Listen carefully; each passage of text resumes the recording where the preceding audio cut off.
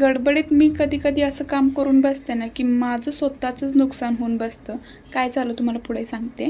पण त्याआधी इथं बघा किचनमध्ये किती पसारा झाला आणि ह्याच्यात अर्धी भांडी तर चांगलीच आहेत, जे की ना बुगुनी काढली होती आणि त्यांच्यासोबत खेळत बसतो. त्याला तर भांडीच लागतात खेळायला. तर बाकीची कामं मी नंतर करते. पहिलं किचनमधलं सगळा पसारा आवरून घेते. तर इथं मी पटकन सगळा पसारा आवरून घेते आणि मला नाही का त्यांची कमेंट आली होती, की तुम्ही व्हिडिओ कसे बनवता?